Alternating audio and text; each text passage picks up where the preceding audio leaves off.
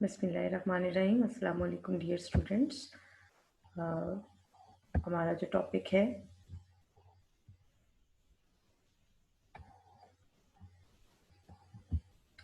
वो आज का जो है हम स्टार्ट करेंगे comparison of oxygen and sulphur. जैसा कि हमने chapter number 6 group number 6 start किया हुआ है और ग्रुप 6 में हमारे पास एलिमेंट्स है oxygen, sulphur, selenium, tellurium and polonium, as you all know that.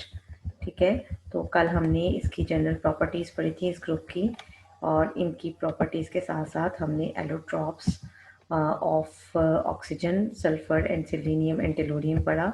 हमने पढ़ा कि इस ग्रुप के मेंबर्स जो हैं वो एलोट्रॉप्स रखते हैं, और इसके अलावा हमने ये देखा कि ग्रुप के एलिमेंट्स ना सिर्फ -2 ऑक्सीडेशन स्टेट में जाते हैं बल्कि जो है +4 और +2 और +6 की ऑक्सीडेशन स्टेट भी होती है, जैसे कि इन case of you will say that in case of sulphur. तो हमारा आज का टॉपिक जो है वो सल्फर और ऑक्सीजन की कंपैरेटिव प्रॉपर्टीज़ हैं। ठीक है, तो लेट्स स्टार्ट।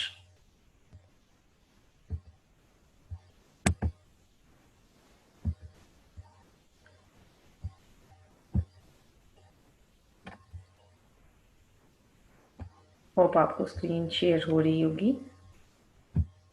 तो स्टार्ट करते हैं। हमारा जो टॉपिक है comparison of oxygen and sulphur similarities. Both oxygen and sulphur have same outer electronic configuration, that is NH2NP4, and both are usually divalent. Divalent का क्या मतलब है? आउटर मोस्ट शेल में, जैसे कल हमने इलेक्ट्रॉनिक कॉन्फ़िगरेशन लिखी थी, आज फिर लिखकर बता देती हूँ कि इनकी outer most electronic configuration, for example in case of oxygen, अगर हम ऑक्सीजन के इलेक्ट्रॉनिक कॉन्फ़िगरेशन को हीलियम के इंक्लोजर में दें, हीलियम की इलेक्ट्रॉनिक कॉन्फ़िगरेशन 1s2 हो गई। उसके बाद जो है in case of oxygen we will get 2s and 2px, 2py and 2pz। ठीक है, और अगर हम इस 2s 2px 2py और 2pz में अगर हम इलेक्ट्रॉन्स को फिल करें तो हमारे पास s में 2 इलेक्ट्रॉन चले जाएंगे, px में भी 2 इलेक्ट्रॉन आ जाएंगे, और y और z में एक इलेक्ट्रॉन है। तो ये अगर ऑक्सीजन O8 की इलेक्ट्रॉनिक कॉन्फ़िगरेशन है, तो इसी तरह सल्फर की ऑक्सीजन इलेक्ट्रॉनिक कॉन्फ़िगरेशन में यहाँ 3s आ जाएगा, और 3px 3py और 3pz आएगा। यहाँ पर जो लास्ट में हमारे पास ये 2py और 2pz में 2 हाफ फिल्ड ऑर्बिटल्स हैं। ये हाफ फिल्ड ऑर्बिटल इंडिकेट करते हैं कि these elements they can make double bond. ठीक है, they may make up bond with the same element with double bond, और दो डिफरेंट एलिमेंट के साथ मिलकर, दो डिफरेंट एटम्स के साथ मिलकर सिंगल बॉन्ड भी बना सकते हैं।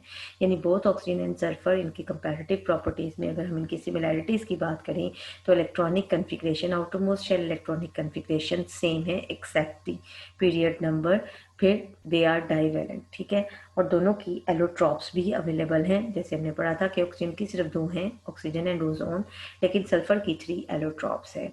Both have poly atomic molecules, जैसे ऑक्सीजन भी O2 की फॉर्म में, O3 की फॉर्म में एग्जिस्ट करती है, सल्फर भी इसी तरह S2 S8 की फॉर्म में एग्जिस्ट करता है। Both combine with metals in the form of oxide and sulphide with oxidation state -2, यानी जैसे सोडियम के साथ अगर ऑक्सीजन मिले तो Na2O बनेगा, और सल्फाइड के साथ मिले तो तब भी Na2S बनेगा। ठीक है, both combine with non metals and form covalent compounds.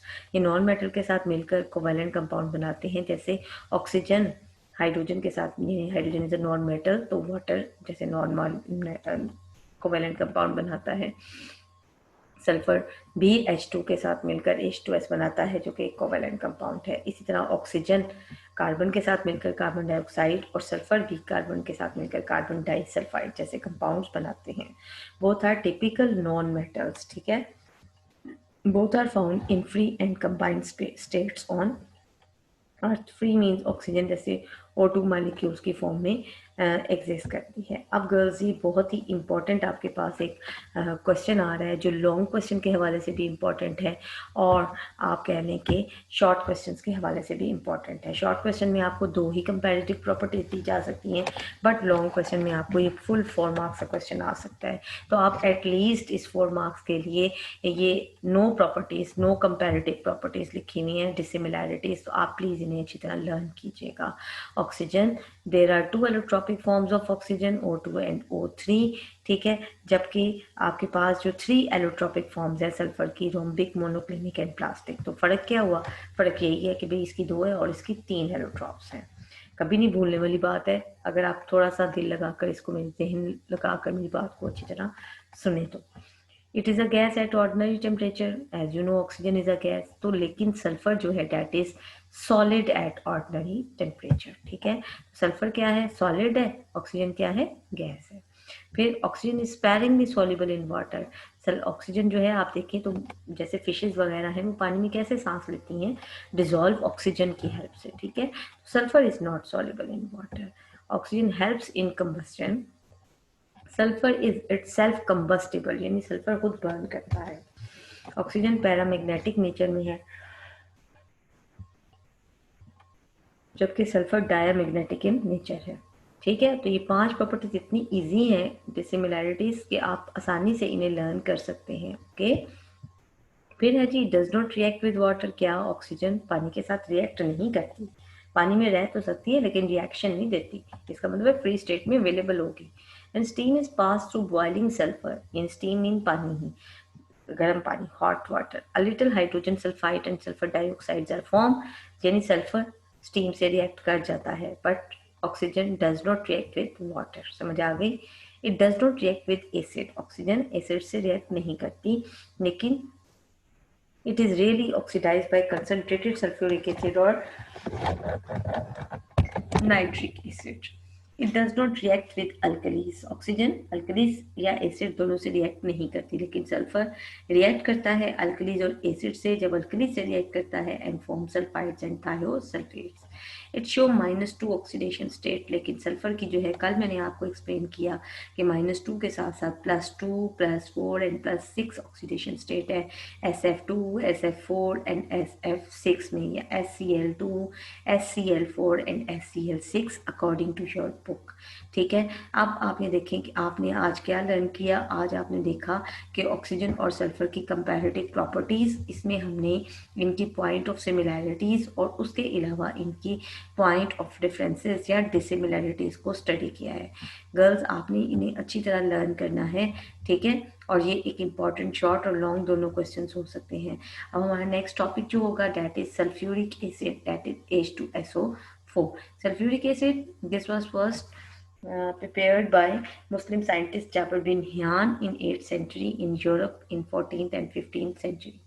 Its preparation on commercial level was started due to awareness of its properties and uses. It was called as oil of vitriol.